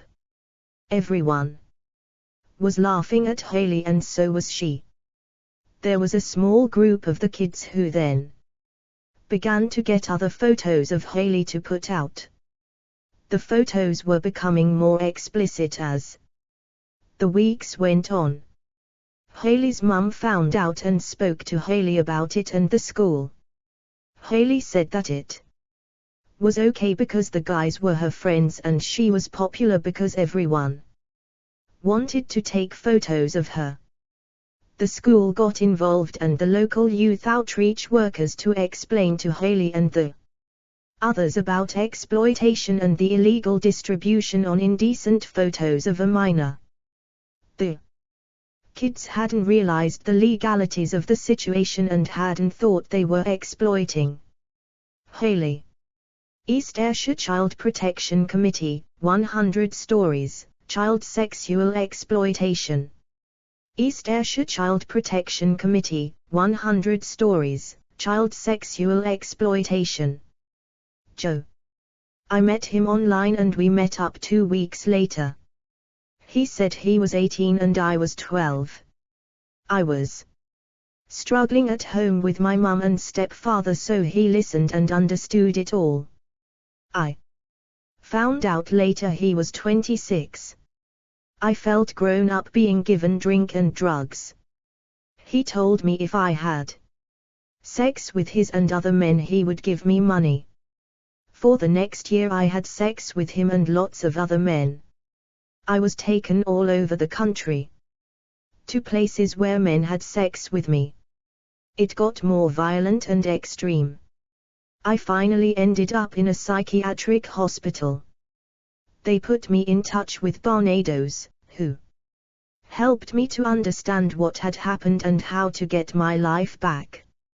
I still feel very angry about what happened to me, but I am trying to move on and go to college. East Ayrshire Child Protection Committee, 100 Stories, Child Sexual Exploitation. East Ayrshire Child Protection Committee, 100 Stories, Child Sexual Exploitation. Heine. Heine was brought up in an abusive home. Her mum was regularly sexually abused, raped, and beaten up by the men who came into her mum's house. By the age of 12, Heine had been sexually assaulted herself while under the influence of drugs. At this point Heine went off the rails. When she was 16, she was moved into bed and breakfast accommodation. It did not become the safe and secure place that she craved. People around her would buy her drinks and drugs, but in return for sex. Heine was really in a mess. She was introduced to a Barnados worker who spent a lot of time with her explaining what good relationships are compared to bad relationships.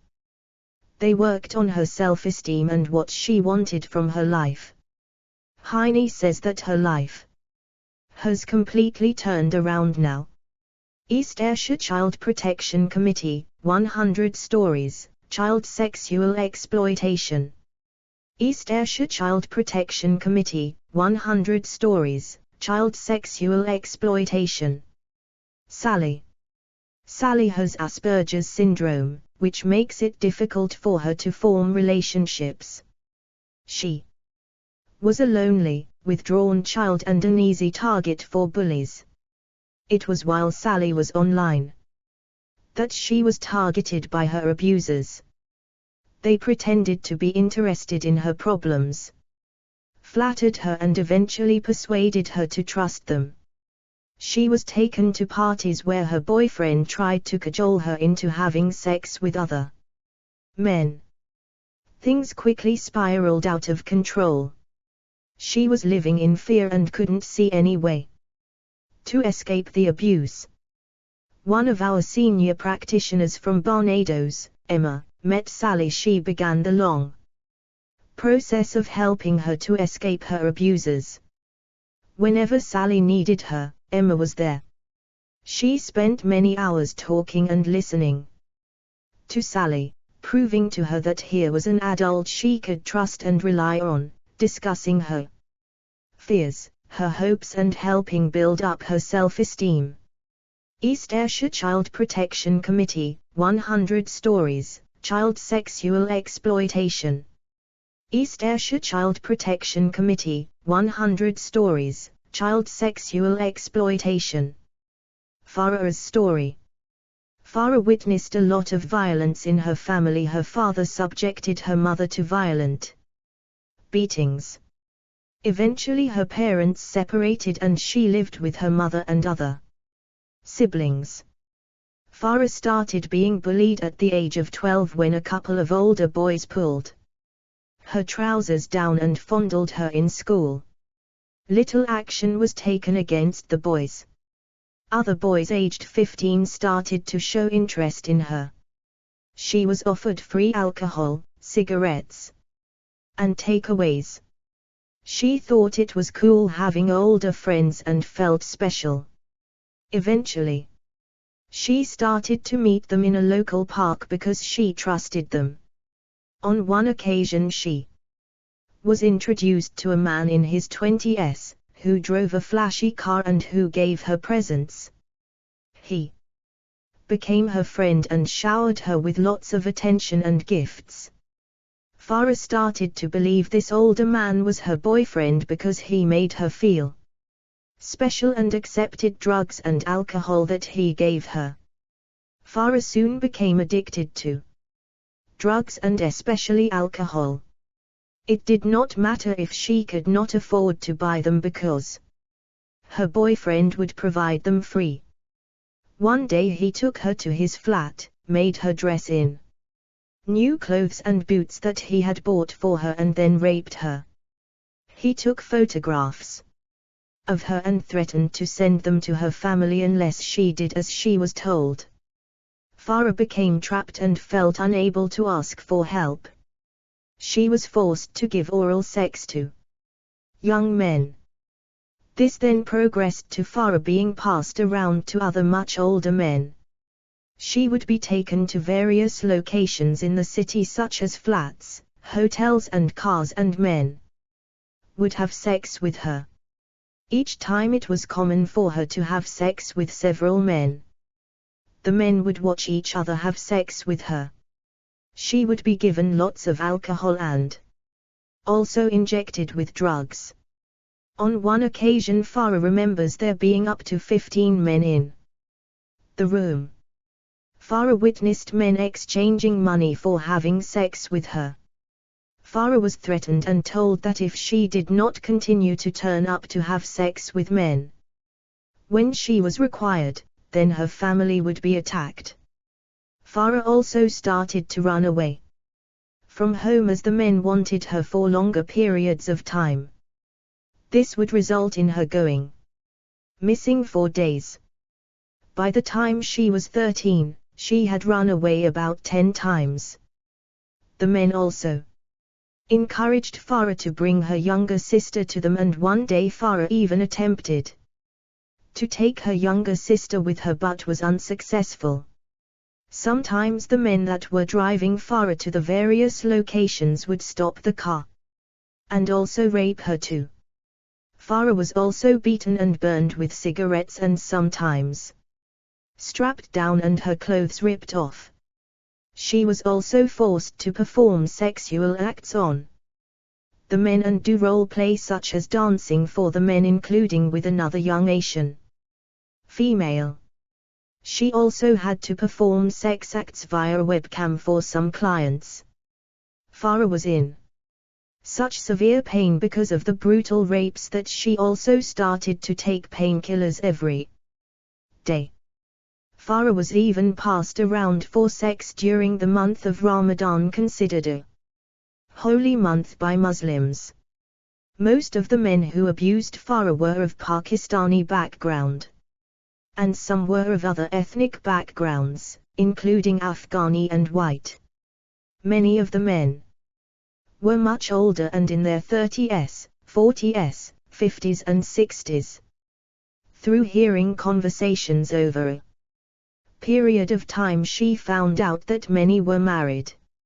At the age of 14, Farah went missing for a prolonged period and was reported missing to the police. She was eventually found at the family home of a man who had befriended her and was a part of the grooming ring. Other family members also lived in the same house, including elders and extended family, and were aware that Farah would be locked up.